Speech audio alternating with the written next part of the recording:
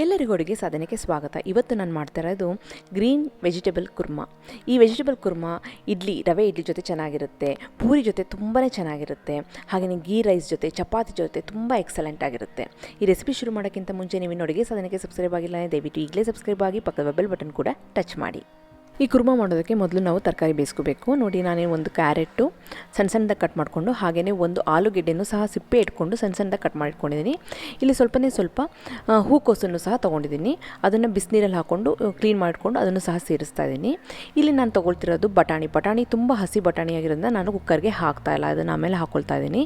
ಈ ತರಕಾರಿಗೆ ಸ್ವಲ್ಪ ನೀರು ಹಾಕ್ಬಿಟ್ಟು ಪ್ರೆಷರ್ ಕುಕ್ಕರ್ನಲ್ಲಿ 1-2 ವಿಸಲ್ ಮಾತ್ರ ಕೂಗಿಸ್ಕೊಂಡ್ರೆ ಸಾಕು. ಸ್ಟೀಲ್ ಕುಕ್ಕರ್ ಆಗಿರೋದ್ರಿಂದ ನಾನು 2 ವಿಸಲ್ ಹಾಕ್ತಾಯಿದ್ದೀನಿ. ಅಕಸ್ಮಾತ್ ನೀವೇನಾದರೂ ಅಲ್ಯೂಮಿನಿಯಂ ಕುಕ್ಕರ್ ಅಂದರೆ ಒಂದೇ ಒಂದು ವಿಸಲ್ ಸಾಕು, ಕರೆಕ್ಟಾಗಿ ಬೆಂದಿರುತ್ತೆ. ಈಗ ನೋಡಿ, 2 ವಿಸಲ್ ಆದಮೇಲೆ ತರಕಾರಿ ಚೆನ್ನಾಗಿ ಬೆಂದಿದೆ. ಇದಕ್ಕೆ ಬೀನ್ಸನ್ನು ಸಹ ಸೇರಿಸ್ಬೋದು. ಮನೇಲಿ ಬೀನ್ಸ್ ಇಲ್ಲದೆ ಇರೋದ್ರಿಂದ ನಾನು ಬೀನ್ಸ್ ಸೇರಿಸಿಲ್ಲ. ಬೀನ್ಸ್ ಇದ್ದರೆ ಬೀನ್ಸ್ನೂ ಹಾಕಿ ಚೆನ್ನಾಗಿರುತ್ತೆ. ಈಗ ತರಕಾರಿ ರೆಡಿಯಾಗಿದೆ. ಈಗ ನಾವು ಇದಕ್ಕೊಂದು ಮಸಾಲೆ ರುಬ್ಕೋಬೇಕಾಗುತ್ತೆ. ಇಲ್ಲಿ ನೋಡಿ, ಇಲ್ಲಿ ಒಂದು 1/4 ಕಪ್ಪಷ್ಟು ತೆಂಗಿನಕಾಯಿ ತುರಿನ ಸೇರಿಸ್ತಾ ಇದ್ದೀನಿ ಮಿಕ್ಸಿ ಜಾರಿಗೆ. ಜೊತೆಗೆ ಒಂದು 10 ಗೋಡಂಬಿ ಬೀಜನೂ ಸೇರಿಸ್ತಾ ಇದ್ದೀನಿ. ಗೋಡಂಬಿ ಹಾಕೋದ್ರಿಂದ ಒಂಥರ ರಿಚ್ ಫೀಲಿಂಗ್ ಬರುತ್ತೆ, ಬೇಡ ಅಂದರೆ ಸ್ಕಿಪ್ ಮಾಡ್ಬೋದು. ಜೊತೆಗೆ 1 ಸ್ಪೂನಷ್ಟು ಗಸಗಸೆ ಎಗೇನ್ ಇದು ಒಂಥರ ರಿಚ್ ಫ್ಲೇವರ್ ಆ್ಯಡ್ ಮಾಡುತ್ತೆ, ಇಲ್ಲಾಂದರೆ ಇದನ್ನು ಸ್ಕಿಪ್ ಮಾಡಬಹುದು. ಆ್ಯಡ್ ಮಾಡಿದ್ರೆ ಒಂದು ಕುರ್ಮಾಗ ಒಂದು ಒಳ್ಳೆ ಫ್ಲೇವರ್ ಬರುತ್ತೆ. ಹಾಗೆಯೇ ಇಲ್ಲಿ ನಾನು ಒಂದು 5-6 ಬೆಳ್ಳುಳ್ಳಿ, ಹಾಗೆಯೇ ಒಂದು ಅರ್ಧ ಇಂಚು ಶುಂಠಿನ ಸೇರಿಸ್ತಾ ಇದ್ದೀನಿ.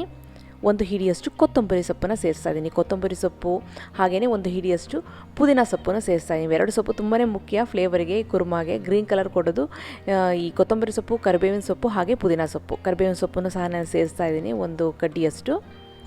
ಹಾಗೆಯೇ ಇಲ್ಲಿ ಖಾರಕ್ಕೆ ನೋಡಿ 4-5 ಹಸಿಮೆಣಸಿನ್ಕಾಯಿನ ಸೇರಿಸ್ತಾ ಇದ್ದೀನಿ. ಎಲ್ಲ ಹಸಿರಾಗಿರಬೇಕಲ್ವ ಈ ಗ್ರೀನ್ ಕುರ್ಮಾ, ಹಾಗಾಗಿ ಇವು ತುಂಬಾ ಮುಖ್ಯ ಆ್ಯಡ್ ಮಾಡೋದು. ಇದನ್ನು ನೀರು ಹಾಕ್ಕೊಂಡು ಸಣ್ಣಕ್ಕೆ ರುಬ್ಕೊಳ್ತಾ ಇದ್ದೀನಿ. ನೋಡಿ, ಕಾಯಿ ಚಟ್ನಿ ಹದಕ್ಕೆ ಇಲ್ಲಿ ರುಬ್ಕೊಳ್ತಾ ಇದ್ದೀನಿ.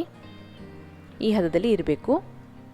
ಈಗ ನಾನು ಒಂದು ಬಾಣಲೆಯಲ್ಲಿ 1 ಟೇಬಲ್ ಸ್ಪೂನಷ್ಟು ಎಣ್ಣೆ ಸೇರಿಸ್ಕೊಂಡಿದ್ದೀನಿ. ನೋಡಿ, ಎಣ್ಣೆಗೆ ನಾನಿಲ್ಲಿ ಸ್ವಲ್ಪ ಡ್ರೈ ಮಸಾಲ ಹಾಕ್ತಾಯಿದ್ದೀನಿ.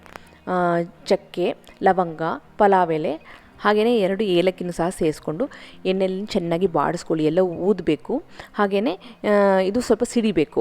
ಅಲ್ಲಿವರೆಗೆ ವೆಯ್ಟ್ ಮಾಡಿಬಿಟ್ಟು ಅದು ಚೆನ್ನಾಗಿ ಬಾಡಿದೆ ಅಂದಾಗ ಇಲ್ಲಿ 1 ಈರುಳ್ಳಿನ ಸಣ್ಣದಾಗಿ ಕಟ್ ಮಾಡಿಕೊಂಡು ಸೇರಿಸ್ತಾ ಇದ್ದೀನಿ. ಈರುಳ್ಳಿ ಸ್ವಲ್ಪ ಜ್ಯೂಸಿ ಆಗಬೇಕು, ಸ್ವಲ್ಪ ಸಾಫ್ಟ್ ಆಗಬೇಕು ಅಷ್ಟೇ, ಕಲರ್ ಚೇಂಜ್ ಆಗೋಗಬಾರ್ದು. ಕಲರ್ ಚೇಂಜ್ ಆಗಿಬಿಟ್ರೆ ಕುರ್ಮಾ ಕಲರ್ ಚೇಂಜ್ ಆಗೋಗ್ಬಿಡುತ್ತೆ. ಸ್ವಲ್ಪ ಜ್ಯೂಸಿ ಆದಾಗ ಇದಕ್ಕೆ ನಾನಿಲ್ಲಿ ಅರ್ಧ ಟೊಮೆಟೊ ಸೇರಿಸ್ತಾ ಇದ್ದೀನಿ. ಟೊಮೆಟೊನು ಸಹ ಜಾಸ್ತಿ ಹಾಕೋಗ್ಬೇಡಿ, ಅದೇ ಅರ್ಧ ಸಾಕು. ಜಾಸ್ತಿ ಹಾಕ್ಬಿಟ್ರೆ ಕಲರ್ ಚೇಂಜ್ ಆಗೋಗ್ಬಿಡುತ್ತೆ ಕುರ್ಮಾ ಕಲರು.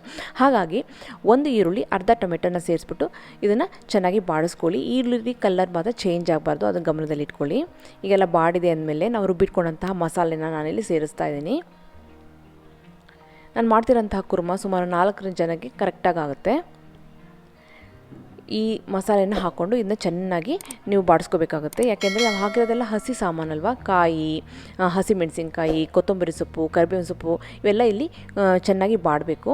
ಹಾಗೆಯೇ ಮಿಕ್ಸಿ ತೊಳ್ಕೊಂಡು ಅದನ್ನು ಸಹ ಸ್ವಲ್ಪ ನೀರನ್ನ ಸೇರಿಸ್ಕೊಳ್ತಾ ಇದ್ದೀನಿ. ಜೊತೆಗೆ ತರಕಾರಿ ಬೇಯಿಸಿರೋಂತಹ ನೀರಿದ್ದರೆ ಅದನ್ನು ಸಹ ನೀವು ಈ ಸ್ಟೇಜ್ನಲ್ಲಿ ಹಾಕಬಹುದು.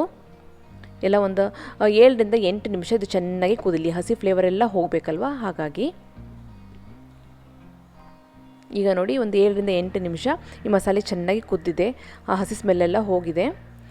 ಈ ಮಸಾಲೆ ಕುರ್ಮಾ ತುಂಬಾ ರುಚಿಯಾಗಿದೆ. ಈ ರವೆ ಇಡ್ಲಿ ಜೊತೆ ಅಂತೂ ತುಂಬಾ ಚೆನ್ನಾಗಿರುತ್ತೆ, ಪೂರಿ ಜೊತೆ ಅಂತೂ ತುಂಬ ಎಕ್ಸಲೆಂಟ್ ಆಗಿರುತ್ತೆ, ಗೀ ರೈಸ್ ಜೊತೆನೂ ಸಹ ತುಂಬ ಚೆನ್ನಾಗಿರುತ್ತೆ. ಈ ಮಸಾಲೆ ಎಲ್ಲ ಚೆನ್ನಾಗಿ ಕುದಿದೆ ಅಂದಮೇಲೆ ನಾವು ಬೇಯಿಸಿರೋಂಥ ತರಕಾರಿನ ಸೇರಿಸ್ಕೊಂಡಿದ್ದೀನಿ. ಕ್ಯಾರೆಟು, ಪೊಟೆಟೊ ಹಾಗೆಯೇ ಕಾಲಿಫ್ಲವರ್. ಜೊತೆಗೆ ಇಲ್ಲಿ ಹಸಿ ಎಳೆ ಬಟಾಣಿ ನಾನು ಹಾಕ್ತಾಯಿದ್ದೀನಿ. ಹಾಗೆಯೇ ರುಚಿಗೆ ತಕ್ಕಷ್ಟು ಉಪ್ಪನ್ನು ಸಹ ನಾನಿಲ್ಲಿ ಸೇರಿಸ್ತಾ ಇದ್ದೀನಿ. ಎಲ್ಲ ಚೆನ್ನಾಗಿ ಮಿಕ್ಸ್ ಮಾಡ್ಕೊಳ್ಳಿ.